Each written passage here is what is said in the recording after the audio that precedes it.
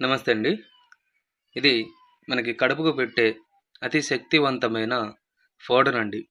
ఈ పౌడర్ వచ్చేసి మనము అన్నంలో, చికెన్‌లో, మటన్‌లో, స్వీట్‌లో, జ్యూస్‌లో ఆ విధంగా మనం తినే తాగే వాటిలో ఒక్కసారి పెడితే కేవలం 24 గంటల నుంచి 3 రోజుల్లోనే మన చెప్పు చేతుల్లోకి వచ్చేస్తారండి.